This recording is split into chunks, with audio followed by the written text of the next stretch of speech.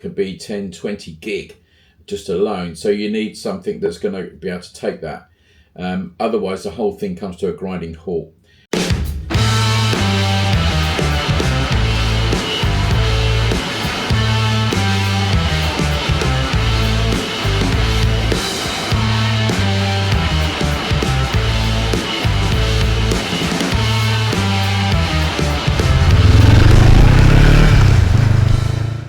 Right, hello everybody. It's Tool Rider back in Tool Rider Towers. So the weather's been horrible, but I thought I'd do this. This is the companion video to the one I did about the camera equipment and stuff that I use for filming. So I thought I'd give people an idea of how I do the editing, and just to give other people that are thinking of doing a channel like this, but it obviously works for other channels. So from a beginner's point of view, because I was a complete beginner at this over a year ago, so it's just give you an idea of what I do and what I use, and along the way I'll give you some of the little tricks that I've used and things that's worth remembering before you start buying equipment. So hopefully you'll find this useful. First things first, then, what about equipment, and what I learned very early on is, if you're going to use it, obviously with a desktop it's probably much easier, but with a laptop, if you're going to use a laptop, which a lot of people do, in my position, because it's a bit more transportable and all the rest of it, I can go and sit indoors and do it and watch, telly or all the rest of it. But if you're going to use a laptop, a couple of key things you need to remember, certainly as from my experience and what I found, is that you need something with decent memory and the correct processor. And two of those things, they're not mutually exclusive. One doesn't depend on the other. But from a processor point of view, I found that you needed something that was, at least, if you're going to use Microsoft or not Mac, not Apple, put it that way, you're going to need an i7 processor. That's my experience. i7 is the best way to go. Most modern laptops, you're getting it slightly expensive, maybe £600-800 upwards to get an i7. And also you can buy this stuff second hand, but that's what I found I needed to do editing smoothly, and that's quite key, isn't it? You don't want it all jumpy around. So an i7 processor, if you're looking for a laptop. Memory wise, I think you'll need 16 gig of RAM and at least over 500 gig of solid state drive memory. I've probably not getting these terms right, but you know what I mean. So 16 gig and then over 500, maybe 1 terabyte would be great. The reason for that is because if you're going to be editing stuff, even particularly things like 360 cameras, this huge amount of memory, that is a lot of data on these. And some of your film clips, if you're filming stuff in big strips, it could be 10, 20 gig just alone. So you need something that's going to be able to take that. Otherwise, the whole thing comes to a grinding halt. And then you need the ability to store all that on your system. One thing that I will say is I try to cut this down as much as possible, not use too much of these 360 cameras, because they are data heavy. So I tend to do these in snippets when I think I might need them, switch it on and off, maybe 5 minutes max. And it makes it easier to edit. So that's another quick tip. Shorter pieces of film on these is much easier to edit. And I'll talk about the software for this in a little bit. Particularly if you're using because this goes up to 5.7K, so it's a lot of data. On your normal GoPros and stuff like that, you're going to be filming in probably 4K these days, and I've shifted over to 4K from 1080p. All my early videos were all 1080p, filmed at 30 frames per second maximum. That's another tip. Frame rate. You do not need high frame rates to film stuff. What I'm doing on motorbikes and this kind of stuff, 30 frames per second is more than adequate. You can go down to 24 really. It's the thing about frame rates, that frame rates can be about 24 frames per second max, because that's the sort of cinematic type of frame rate that people use. I could call it cinematic.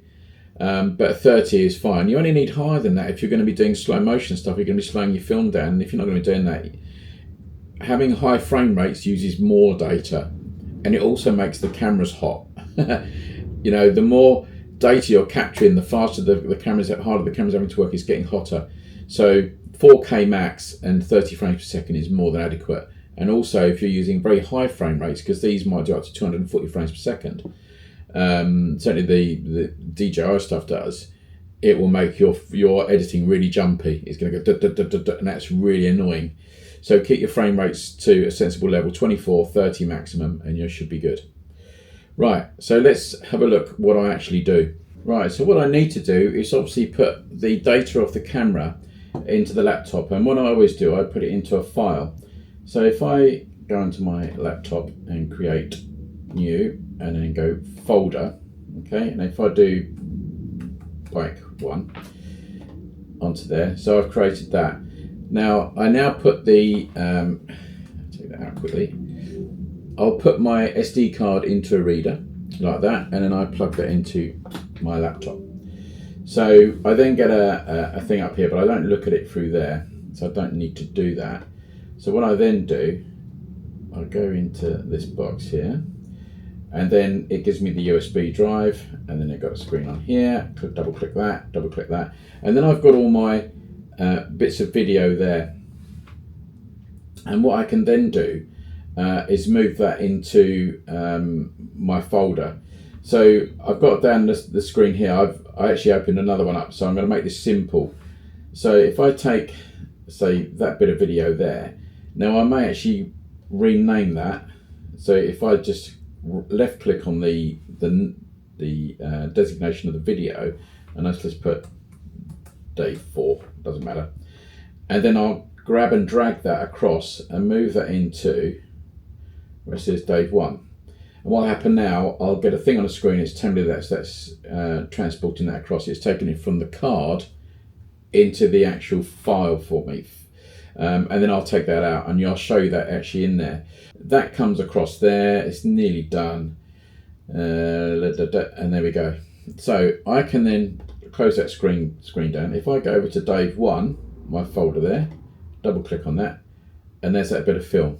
Okay, I'm not going to use that bit of film because I don't want a 360 camera in there, but so there we are. So these are the ones that I've done a similar thing, downloaded it off to the SD card and then put it into that folder, and then I'll name my episodes. So the Bear 650 episode, whatever it is, and I'll put those into that actual bit of into that folder, so that when I go to the editing software in a second, I can then drag those bits from there.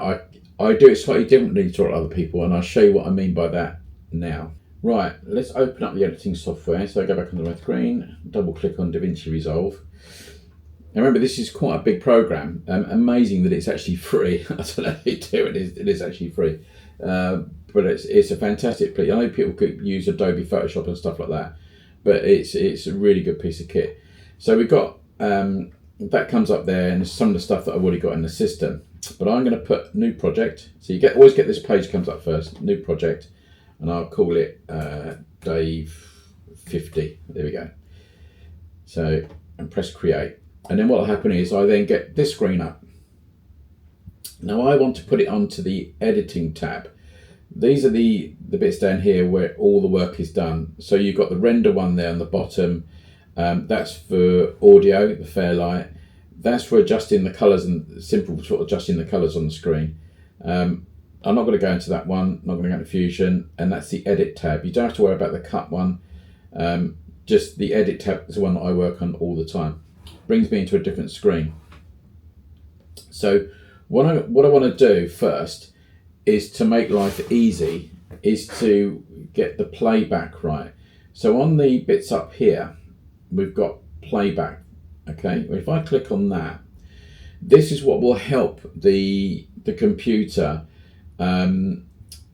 give me my editing view, so that it's not too data heavy and there's no breakup or anything like that, in simple terms. So I need to go into timeline. So the timeline is what we've got down here, is our, this is the timeline. This is where all our bits of clips are going. So when I go into timeline here, the resolution can either be full, half or quarter, but I'm going to put it onto half just to make the computer, make it easier for the computer to run. So I'll put it onto half, go back to playback again, render cache. So render cache means on this system that you can either get it to not render anything as you're going along, or you could go smart, which means that it's rendering your footage as you're going along, which makes it quicker when you render it at the end of the process once it's all done, to upload your video. So once you get your finished product, basically. I've found now that I tend to do it with none, so that it's not rendering anything, and it makes it really fast, particularly when I'm using 360 stuff. So I get smart, but smart does also work. So I used to use smart all the time when I was doing it in 1080p, but I just found it a bit easier with none at the moment. So I tend to do it with none. That's all I need to do with that. Don't need to do any more. So I now need to bring some actual film into the system. What you've also got here, but I'll show you that actually in a minute. So I go onto File, click File, and that comes down, and then I get Import, and then I go across Import Media. That's all I need to do. Import Media. If I go to the desktop on that screen, and now I can see Dave 1. Okay, and that's where my stuff is going to be. So we're going to do that, Dave 1. And that's just the folder that I put all my clips in that I'm going to use for this video. So if I wanted to start, and this is another tip, I find it's easier to film stuff in the way you're going to edit it. And do it in a logical sequence. It makes it much easier for you to actually edit, and it saves so much time. Know what it is you're going to film and do it in a logical process, do it in a logical sequence, so it makes it easier for you to actually edit it later on. And if you find you've had a bit that you filmed and it just didn't work, just you delete it and start again, because you're going to have that in your folder, so you've got to keep watching it all the time. It just saves you a little bit of time at the end of the day. So I'm going to click on intro for this video, which is the intro I used before I went into Dave's shop, so we're down at Boldor, and then click on that to highlight it, open it up. Now you'll get this here, and it'll say change, don't change, or change. It's the frame rate. I don't need to worry about that at the moment. I'm going to say don't change, so it's just going to edit in one sort of frame rate, should probably be about 1080p, but that will come back again once we then render it, and I will get it to render, because it'll ask me, do you want to render it in the upscaled version? Yes, I do, but we'll come to that in a sec. So there's my bit of film there. As you can see, if I put the arrow over it, you can see that it sort of gives me a little bit of a preview, and also I get sound. So what I'm going to do, this is a big screen, so because I normally like having it on the big screen. So what I tend to do, if you go down to there, click on that, push it up, it reduces the size of the screen. So I'm going to put my arrow on there, I'm going to click, and I'm going to drag it down, and that will now put it into the timeline, and you can see it going into the timeline there. So that's at the end, so you can see I've got 1000, so that's at the end, and if I use two fingers on the mouse, it just drags it along. So that's at the beginning of the thing. So we're going to make a very simple video here. Right, so the next bit we'll make really, really easy. So you've got the actual video image at the top there, and the audio is in the green. So video top, audio in the green. And you can obviously edit those individually. So if I highlight the audio, then up in the inspector piece here, I've got the volume and bits and pieces. I can change the frequency of it with the equalizer and stuff like that, going down in bits and pieces. So what I want to do now is try to splice another piece of video into that. And what I'm going to do, I'm going to drag the intro, my sort of weird intro that I made up, into that timeline. So, but I need some space because I want it to go before this, not after it. So what I will do, I'll highlight both those. I will drag it forward. I'll open up into the bigger view and into the smaller view. So I've got enough space, because my intro is about 13 seconds or something. So I've now got a gap here at the beginning of the video, the timeline. There's the timeline bit there, where I can go. If I go on there, obviously it'll bring the picture up there. So that's my dead space now, it's my intro. I go back up to my little master media area, and I'm going to drag that down, and put that all just about fits. Yeah, so my intro is 20 seconds. Seems like a long time, doesn't it? But it goes quite quickly. So that's my intro. So if I put that to the beginning of the timeline and press play, I now get the intro playing. Because the intro I've done as like a mini video, which I can take off my desktop and draw it into my where I go file, media, and import. It just comes in as a complete finished article. And sometimes I adjust the sound. So you got, if I show you that quickly, so the sound down there is quite loud compared to the sine waves on here, which are quite small. On there is quite big. So if I click on that and then go up into the volume, I can, that little dot there, and you can see the numbers there. I can, and you watch on here, you can see it going up and down. So I can adjust the sound if it's a bit too much. So that's the intro spliced in there, or put into the timer. And now I want to splice it between the two bits of video. So what I need to do, if I put the timeline indicator there, I shall highlight my intro, my first bit of talk that I do for the video, and I'm going to hold and drag it into to link into that, and it sort of clips in. You can overdo it, but it just sort of clips in, so don't go too mad. Then if I open it up, so I look deeper into the film, if you like, so I get I look into sort of like a whole couple of sections rather than 20 minutes worth. I can see that there, so I'm just going to pull that away. So I've now got that spliced in bit. Now if I play that like that, you see it's quite a hard cut straight into it. So if I want to add a bit of a transition in there so it's not so harsh, one thing I do need to do, and it's really worth remembering, if I go over to Toolbox Video Transitions and I go to any of these, if I put the timeline indicator over the gap like that, and then I use this, put my cursor over the dissolve bit or the transition, it will show me what it will do. Okay, so I can drag that across, highlight it, keep it pressed, drag it along, but you'll find it won't sit in there. It doesn't want to resolve into it because I haven't got any overlap. You have to have overlap between the two bits of video. That's really important. So where I've still got this highlighted, if I drag that now a little bit over into this, you see I've got a little bit of gap there now. If I now take that and bring it across, let's have a look. If I now drag that and bring it across, it should it won't resolve. Let's have a look. Maybe I didn't do it enough. Let's have a look. There you are. So as long as you've got enough overlap between the videos, if you like the overlapping videos, if they're like that, you can't do any transitions. It needs to have something to transition into. So you're overlapping the videos a little bit. And this is another quick tip. When you're making your videos, just remember to fit, when you think you're going to clip one bit of video into another one, give yourself a little bit of space in that video to do that. A little bit of dead air, if you like, between the two, which you can use and lose in the overlap. It makes life a little bit easier for you. So, a bit like that. So, what we then do, if I now play that video,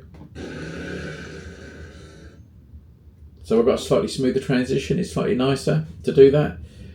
Makes things look a little bit better. So I've now got that transition from the intro into the beginning of the video. So that's cool. So that's how that works. That's in simple terms, that's how that works. Now, if that was I can then go on just clipping more bits of video in and cutting. Let's show you how to just cut a video quickly. So I've got this razor blade bit here, blade edit mode. You don't need to go into this cut piece. This is much easier. Go into the edit mode, which is that blade there. If I want to cut in here, so I'll move the cursor to where I want to cut it. I'll then go in the deep dive into the actual bit of film. So I'm closer in, so I'm in sort of split seconds rather than minutes. It's easy to see it. So I want to get rid of this gap. I want to be in this gap. So let's move that to that gap there. If I highlight the razor blade and I put the cursor over the timeline bit where I want to cut it, and I cut both bits. And what that's done, if I then highlight that that's dragged that away. Yay! So that's done that. And then if I want to just cut that section out completely, I can just drag it to there. And it finds its position. It helps you in that respect. So I then go back to the cursor. So I come off the cut. Those two bits have been highlighted. If I now press backstop, it removes them. And if I want to join them together, I just highlight those two and draw it back together. Obviously it's going to be a funny cut now, but I'll show you what it looks like. But it's quite hard to see because the camera angle's the same and all the rest of it, but you might get a little bit of jerk and all the rest of it on there. So here's another tip. So if I want to put a title on there, so I go down to my toolbox and I go on to click on titles, and I get all these titles come up here, loads and loads and loads. So I always use basic titles. So I just go text, basic title, again, click on it, and then drag it across to where you want your title to be. And now you can see that the titles actually come up onto the screen. So it sits on the top there without any issue. If I click on it, make sure I click and highlight it, then up in here in the inspector area, I've got the title, and I can then put, you know, Ride to Boldor. Okay, so I'm not doing any capitals or anything. So that's where that sits. So now if I come back out of the deep dive into it and just go to there, so you can see that's where it's sitting now. So if I then put there and play that, so it now comes right to Boldor. So I can then, if I put the timeline over that and then go into the close look, I can decide, well, how do I want that long? So if I bring the cursor towards the end of the title section, you get this, it's supposed to be like a splicing thing. If I then click and then drag it, I can adjust how long I want that to sit on the screen for. So I can do it that way. So I clicked off that so that I can do that. Also, when I put the cursor over, you get this. See that little white dot there? When I get those white marks either side of it, if I click and drag, what that's doing, you see where it's going dark? If you now look at the title and I play that, fades it out. So you get those little tips. So really nice. And that also works with these parts. So I dragged it back over to where the titles are, the intro is. So if I do that again on the intro there, or I look at it on the other side, it's still on the other side. So if I go to the end of the intro and I play that, see, dark to light, and I can adjust how far I want that. So if I just go to there, and it comes straight up. So there's little things there. So the really useful bits are your video, what I use more than anything, video transitions and titles. And the titles, you have lots of different multiple effects on the titles. You know, if I remember, hovering over them shows you what they are, which is really, really interesting. Right, so now that's completed, and I want to basically save that video and render it so I can then put it onto YouTube as a complete video. I go down here to this little tab, and that's the render side of it. Now I need to now go make sure that I've got, when I render it, it's going to be in the format that I want it. So I need to do up here, which is, you're going to get this screen come up, which I want to do a master. Ignore this YouTube side of it. I just need that piece there. So it's going to be the H264 master. So I click on that, and then I'm going to put a title to it. So we'll put, I don't know, test AP. So, and then I'm going to come down to here. Don't need to worry about these bits. It's got render and it's video. That's automatic. So format. Now this is really important. You must put the format as MP4 because that's what YouTube reads. The codec is the same as that one up there, so that's fine. Now the resolution, this is where we change it slightly. So I could leave it at 1080p, 1920 by 1080, or I can put it up to what I want it to be, which is the Ultra HD, which basically is 4K. So that's 3800 by 2100. So I click on that. Frame rate 24 frames per second, that's fine. I don't need any more than that. Then I go add to render queue. So put the file name in there, so when it goes onto my desktop I know where it's going to be, because the location is desktop. MP4, really critical, must be MP4. Put the resolution that I want it on there, as long as when I filmed it the resolution is where it was. 24 frames per second. If I didn't do that, it would just render it in 1080p. So, you know, it's not the end of the world. Then add to render queue. So up here, so this is the add high resolution. So this is where we then go back to what the resolution of the film is for me. So I'm going to press add on there. Now I have got that one because I did some earlier. So that's the one we're going to do, which is that there. And then I'm going to put render all on there. One thing is always worth remembering, if you've got touch screen touchpads, is that the as you can see down in the bottom right hand corner there, it's got render stop. Now I need to make sure that I take that off there, because you can hit it by accident and then stop it. So this is now rendering. That line going across is telling you where it is rendering, and up here it tells me how long it's going to take. So I'm already at 45%. You know, it's only going to take a few seconds to do this because it's a short piece of video. Longer videos take longer, obviously. But that's already near the end, and we will now come back to it once that's done. And that's where you are, and it's as simple as that, really. So that there is where I would then, if I wanted to upload that to YouTube, so let's show you that quickly. So if I go on to YouTube, let's see if it does it. Go on to YouTube. You can see how that works. My channel. Okay, so when you're loading it onto YouTube, go on to, I always go on to manage videos on there. I then go on to create, which is up in the top corner by my lovely face. Upload videos, select file. Now there's the Dave 1.2 on there because it's gone into my desktop. I click on that, open, and that will now start to upload the video onto YouTube. So it's giving me at the time it's 2 minutes left, etc. Then I have to put the title in, description, a thumbnail. I do all that. And then it will come in there, and what it will then do, so I can put next, so it's not made for children. Click it on to next. Monetization, you get yes or no. I'm going to put that off because I don't want that done. And then I can add another video to it at the end screen and stuff like that.